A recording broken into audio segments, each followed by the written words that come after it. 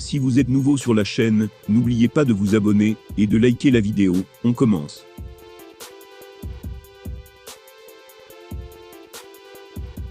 Jon Jones n'a pas combattu depuis plus de 3 ans.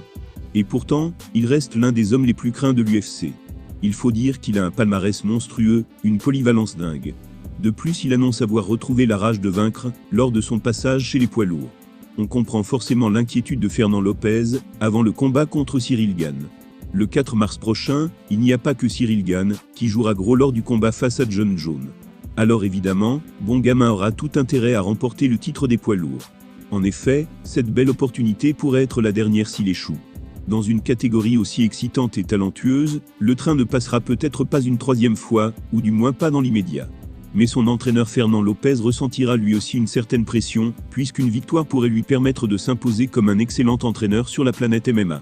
Et plus seulement, comme un accompagnateur qui aide ses poulains à progresser.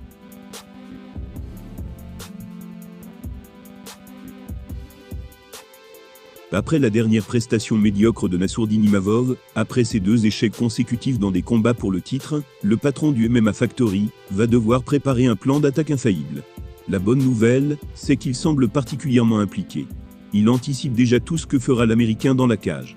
S'il voit juste, Ciryl Gane partira avec un bon avantage dans l'octogone, puisqu'il saura comment se défendre et comment marquer des points.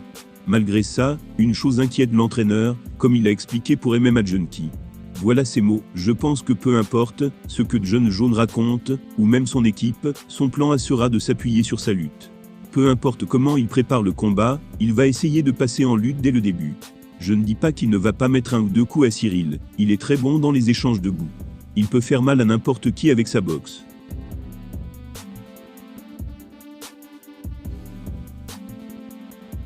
Fernand Lopez est conscient de la tâche monumentale qui attend Ciryl Gane le 4 mars prochain. Si Johnny est réputé pour sa lutte, il est d'une polyvalence rare. Il pourra donc totalement se défendre sur les échanges debout.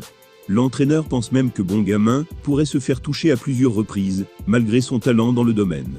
Mais attention, le patron du MMA Factory sait que son élève sera à la hauteur. Il a ajouté, je cite, « Ciryl sait quelque chose debout.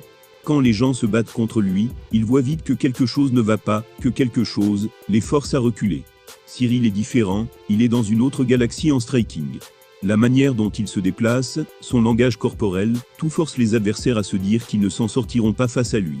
Jon Jones aura clairement l'avantage au niveau de la lutte face à Ciryl Gane, et il fera tout pour coincer le Français dans cette discipline qu'il n'apprécie pas particulièrement. Et ce qui inquiète Fernand Lopez, c'est que l'Américain sera aussi dangereux debout, en boxe.